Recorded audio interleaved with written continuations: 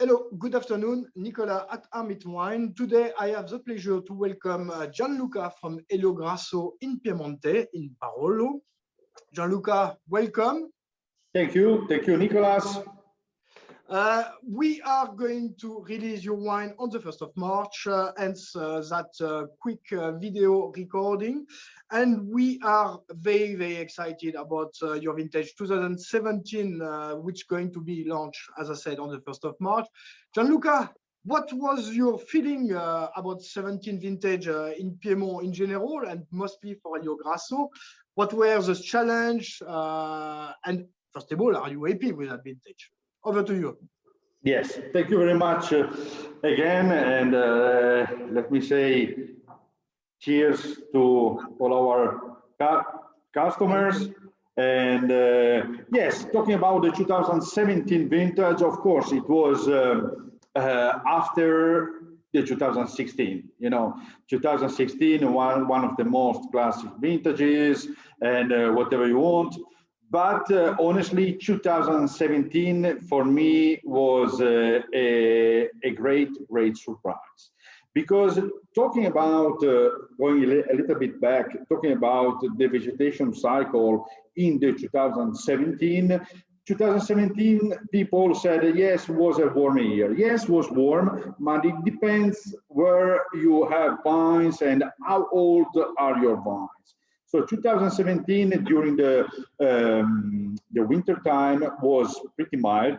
So we just got really a few centimeters of snow. So it was not a year as it was 16 with a real winter time. So the vegetation cycle start a little bit earlier. But I have to say that the result of the 2017 vintage is done by the approaching of the winemaker. In my case, of course, I'm the winemaker, but I have to say, I prefer to say I'm the grape grower, the approaching of the grape grower to the vintage.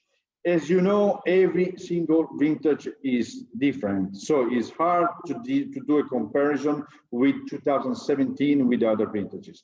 But 2017, why I'm so happy in the result, because we manage the vines, the vineyards in a little bit different way.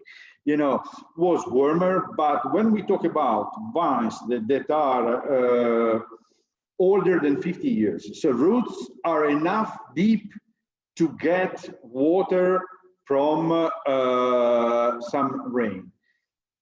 Vines were trained in different ways, so we keep. I remember, as I told you, we know us since years, so you know that I'm a grape grower and I'm working personally in the vineyards with my workers. So we were there in the vineyards during the green harvest, and we were trying to keep all the leaves between the bunches as it was possible. What does it mean? That in the key to understand the 2017 vintage was, in my case, I'm talking about my vines, the green harvest selection. So we usually do in 2016, for example, we did once the green harvest. In 2017, we did twice. So, and why? Because as you know, when we got warm year, sometimes we have the problem to have too much alcohol, so too much sugar, and of course too much alcohol, and too less acidity. So the problem is to have the wine that is unbalanced. So the alcohol content is there, the acidity is sometimes too low, the phenolic maturation is not really 100%.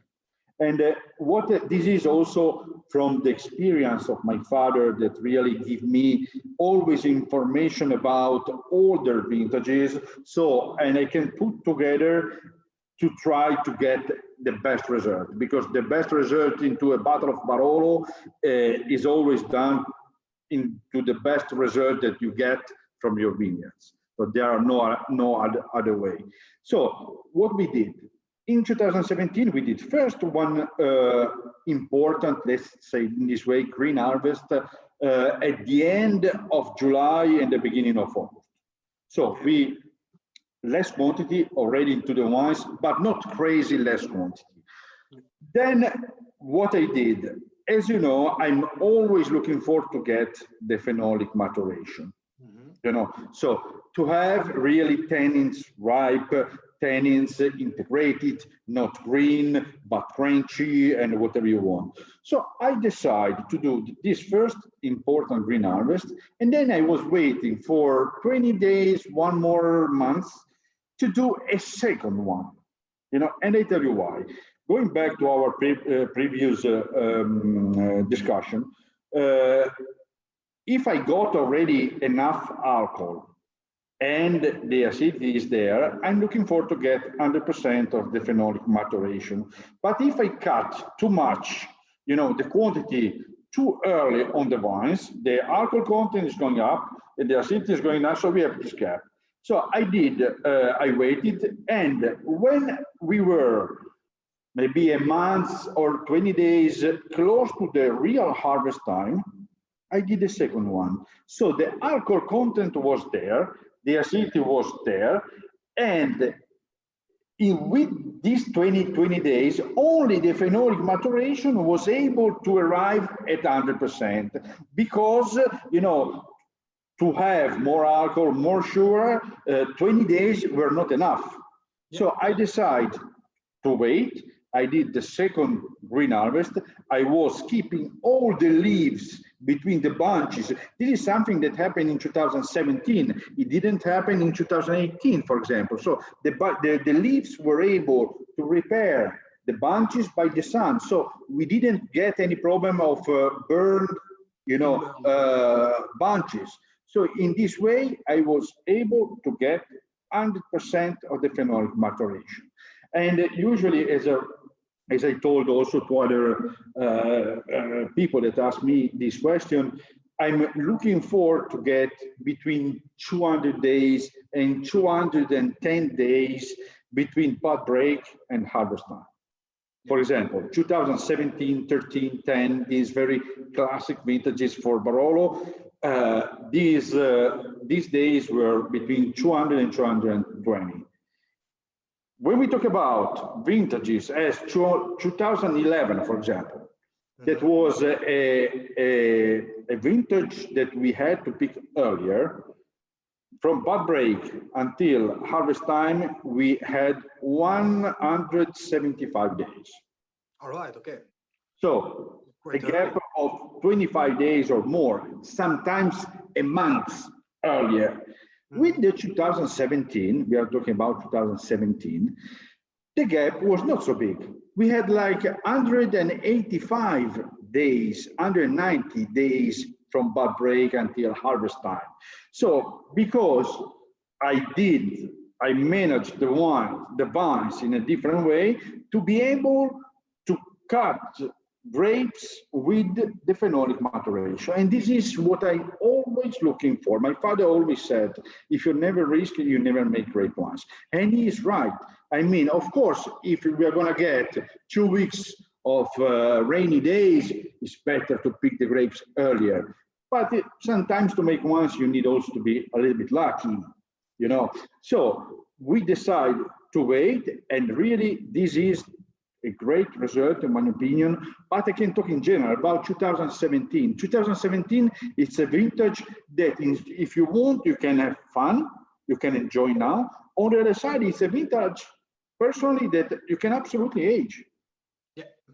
Yeah. I mean, it's a vintage of Barolo for people that really want to discover a young vintage, and it's a bottle of Barolo that you can be drunk. In the other side, it's a vintage for, let's say, collectors that if they want, they can put away and they can taste maybe in years, you know, with a really, really great. Honestly, there is something between us. Was also a surprise for me. I mean, when I tasted the wines, you maybe sometimes from a warm year you expected something really too big, too with a lot of structure. Maybe you miss some acidity. But if you taste the 2017, it tastes like a very classic vintage. I tasted some, not many, because really we just started, I'm talking about in general, to release the wine now, no? So I'm able to buy some bottles, but there are only a few at the time. But it's really a classic year. When you taste the wine, you can taste absolutely, and you have to taste absolutely the result of that vintage. Of course. And there is a clear identity. Shall we? Thank you for that very precise presentation of 17. I think what we shall avoid with 17, it's sometimes people tend to generalize everything. You know, for example, a good vintage in Bordeaux in France shall be a good vintage everywhere in France, you know. But 17 was quite controversial, for example, in Piemonte, where the heat has not in Piemonte, pardon me, in Tuscany, where the heat has been very felt in that region. But I think there is a complete, we shall have, and our customers shall have a completely different approach of 17 within Piemonte. There is some great results there, and and your wine are perfect example of that great result. We are going to test them. So yes, absolutely. To release, and we started with Gavarini Vigna Chiniera. Here we are. Yeah. Yes. Showing the bottle. That's the one. I show Nicolas. Ah ben voilà. Okay. That's the one. Okay. So what can you tell us about that very specific vineyard and about the style as well of that wine, if you don't mind, Gianluca, please. Okay, so let's talk first about a little bit about my philosophy. As I told you, my philosophy is the same. And first, I'm a third generation that we make wines in our family. The beginning used to be my grandfather, then my father, and now it's me with my wife and with my workers. And my goal, as I told you, is always to be able to put the result, to put in the bottle the result of each single terroir. So the signature of each single bottle has to be done not by the winemaker, but has to be done by the vineyards. So this is the top of my list. Talking about these specific vineyards, is Gavarini is the name of the hill, Chiniera is the parcel in the Gavarini hill. The characteristic of these vineyards is this. First, it's very mineral soil with sand, chalk, limestone. There is something that you have to remember, especially the sand. And later I tell you why. Another important aspect is the elevation. Here we are talking about more or less 400 meters on the sea level, so high elevation. Third point is the morphology of the hill. So you, last year when you were here, so you were able to see all of them, all of our single vineyard. And if you remember, the morphology of the Gavarini Chiniera looks like an amphitheater. So behind the vineyards, we have the forest, because for us is really important, and I have to say really important, the biodiversity. So the animals that we don't want to have in the vineyards are eaten. This is something to explain very easily, are eaten by the good one that lives in the forest. So there is something that is, in Italian we said connubio, between the two. I mean, without forest, we are not able, we are the biodiversity, we are not able to make this kind of result. So number one. And then, of course, another different are clones, rootstock, that are the same of my father. So I'm talking about old vines. And this is something that makes the difference. As you know, Nicolas, we make also another wine that is the Langhe Nebbiolo. That is a declassified Barolo. So if you want, make no sense to declassify vineyards to make a Langhe Nebbiolo for a very simple reason. But all our Barolos are made by the oldest vines. Oldest wines means 45, 50 years old. 50 years. For example, the Nebbiolo is made by the youngest vines. So also youngest vines, I mean 25 years also. When you have vines or 25 years, for us, they are a little bit too young to give us the best result. So the Barolos included, of course, the Gavarini Chiniera, Ginesta Casamate, and our Reserva Runcote is made only with the oldest vines. And as I told you, remember the scent. The scent is something that really made a huge difference in 2017. Because 2017 was a little bit drier, and only during the last part of the vegetation cycle, we were able to get some rain. Not heavy rain, but like 25 millimeters of rain. That was something that, if you want, we needed. And what is the role of sand? Sand means that the soil is drained. So when we were able, imagine if you are on the beach, you have the sand, when the waves arrive, immediately disappear.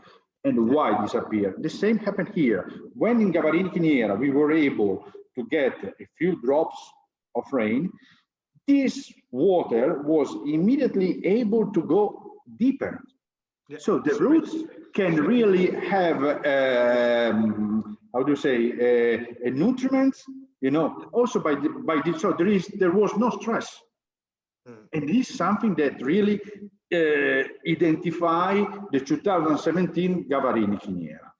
Talking about the vinification of both Barolo, Gavarini Chiniera, and Ginesta Casamate is absolutely the same, very classic, and in terms of vinification and in terms of barrel aging.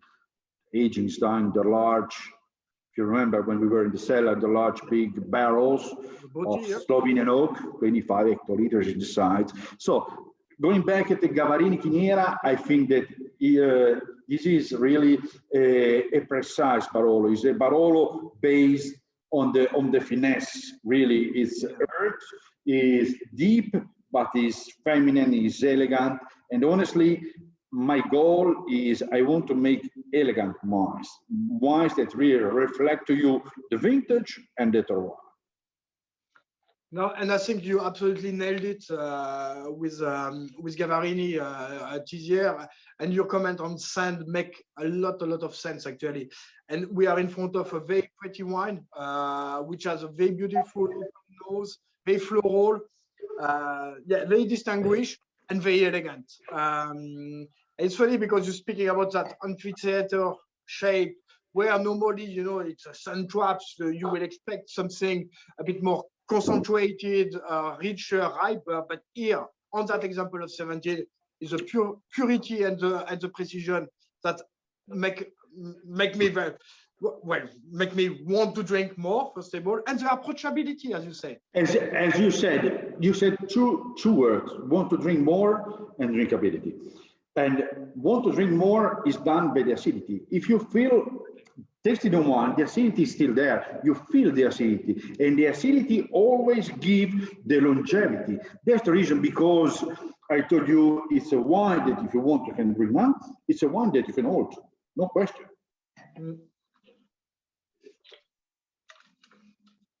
Yes, superb. Compliment. Grazie. I was lucky enough. So do you think you need a bit of luck? As you said, yeah, as a winemaker, I mean, challenging vintage will always, I believe, and as you were saying, bring a part of risk, but a part of luck as well. When you take risk, normally you're as well counting on luck. Yeah, you know, the risk, as I told you, believe it or not, you know, that's the reason, because during the harvest time, I prefer to be alone in terms I can't spend time with my customers. So sometimes forget this time that with the pandemic and whatever you want, and I hope that will be close soon as it will be possible. of course, no question. But for example, for me, the harvest time, that is September and October, is the most stressful time during the year. But not because I have to work harder, but because really, believe it or not, to make a great wine, there is not only one thing. There are several small details that at the end give you the difference. So, for example, September and October, when I wake up in the morning, you know, when I know that I have to pick grapes, you know, maybe I have an idea. Then maybe during the afternoon, I have the opposite idea that I had in the morning. So why? Because sometimes we have this, you know, this. And these I have tons of weather forecast websites that said, okay, tomorrow is going to be a sunny day. The other one said tomorrow is going to rain a little bit. So it's your heart is running boom, boom, boom, boom, boom, boom, and you have really the risk is okay. I decide to wait, okay, and if it's sunny days, I'm lucky enough. If it's raining, you know, maybe it was better to pick the grapes the day before. So it's really something, and honestly, there is not an analysis that tell you that you can do with the grapes that tell you, okay, today is the right day to pick grapes. There is no analysis. It's a feeling between you and your vines. That's the reason, because I spent almost my day walking the vineyards up and down, left and right, tasting grapes. And you know, honestly, there is no, I think it's very hard to explain you know, the only way to understand is if you can be with me and in the vineyards, so you are able to understand. But I remember when I was walking the vineyards, and at first, for example, when I tried to divide the single berry from the bunch, you know, so maybe you already had checked the sugar content, the acidity, the pH, and these are numbers that give you an idea, but are just numbers that give you an idea, stop. These are not numbers that can tell you, okay, tomorrow is the day. No. Because may happen that you have all the numbers that you want, but when you are in the vineyards and you try to divide the single berry from the bunch, may happen that all the bunch follow your hand. So it's not easy to divide the single berry from the bunch. So it means that the grapes are not ripe. If you open the seeds and you check the seeds inside, the seeds has to be 100% brown. When you put the seeds between your teeth, it has to be crunchy, you know, but there is no analysis. It's a feeling with you and your vines. And it is something that really, my father is 77 years old, but he's telling me almost every year, spend time in the vineyards. It's the same as you have kids. If you have kids and you are able to be with them, you know their behavior or whatever you want, but you have to be with them. And for my job, I'm not a businessman, I'm a winemaker, but first I make great growers. And this is the only way to make the difference. Interesting talk. That's what make your job so passionate and yeah, trust your feeling. I think it's always this is a job that you have to do first with your heart and then with your brain. Yeah, definitely. Shall we move to the Ginestra Casamate? Yes. Yes, here we are. So different profiles there, huh? Completely different.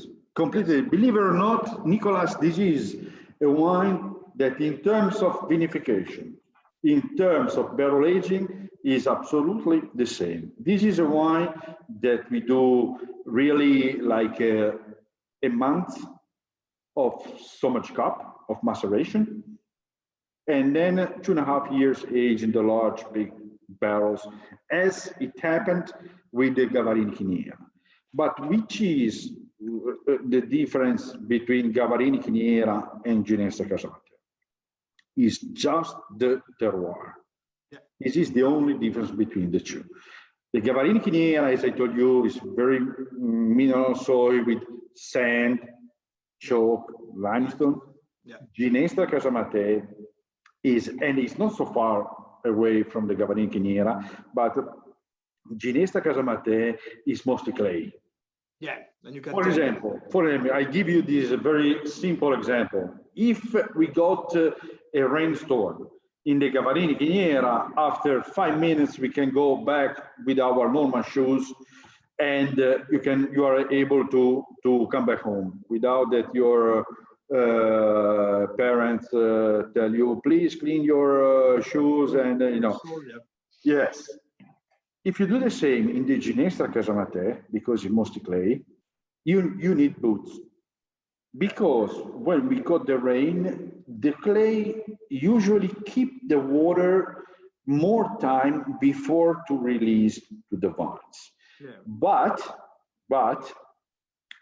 the main difference between these two vineyards is also the age of the vines. So the Ginestra Casamate are older vines, older vines in comparison to the Gavarin Chiniera. So roots are a little bit more deep. For this reason, you know, they were not affected as well as the Gavarin Chiniera to this period of dry moment. I don't know if you understand.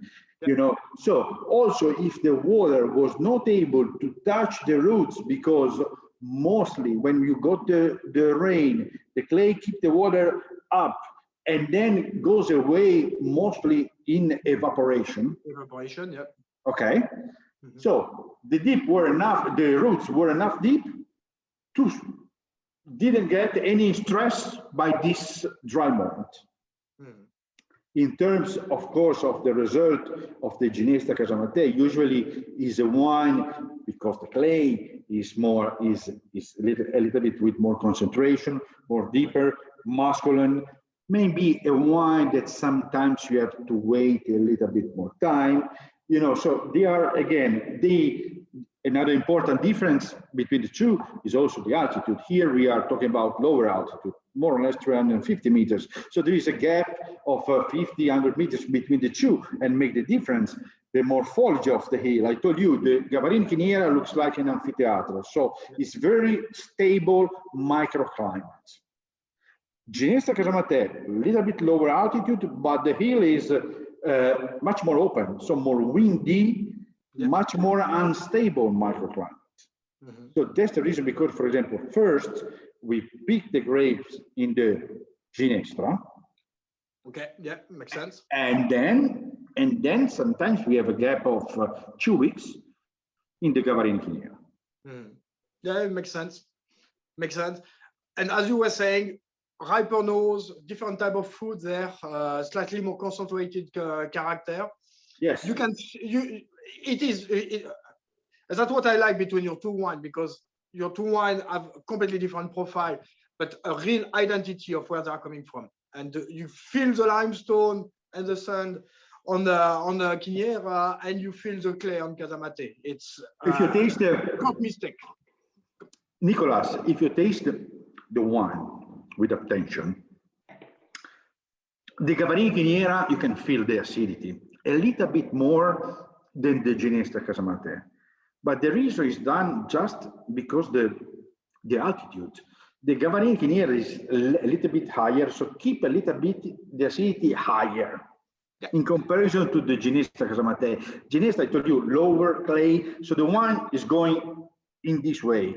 The other one, the Gavarin Chiniera, is going this way. Yeah, it's more. More one is going this way, the other one is going this way. Yeah, it depends what you're looking for. Exactly, and that's a matter of taste for a customer. And but again, real congratulations about that 17, because I think it's top class, simply top class. We know that you're producing world-class wine, but on that occasion you surprise us again. So thank you so much. My goal, Nicolas, sorry, my goal is to give you surprise and emotion. That is a very good point. And emotion are there, honestly. Emotion are there with Thank you. Thank you. Thank you. In terms of, so we discussed the aging potential. Both of them have an enormous aging potential, but again, and perhaps one of the characteristics of 17, a certain approachability, a bit more earlier.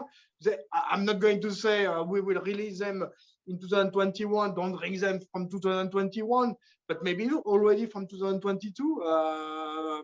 And maybe there is no question. So I mean, I can't tell you drink now, drink tomorrow. You know, this is up to you. But what I'm able to tell you is, if you want, you can have fun in a shorter time, or if you want, you're gonna have fun in the future. Longer time as well.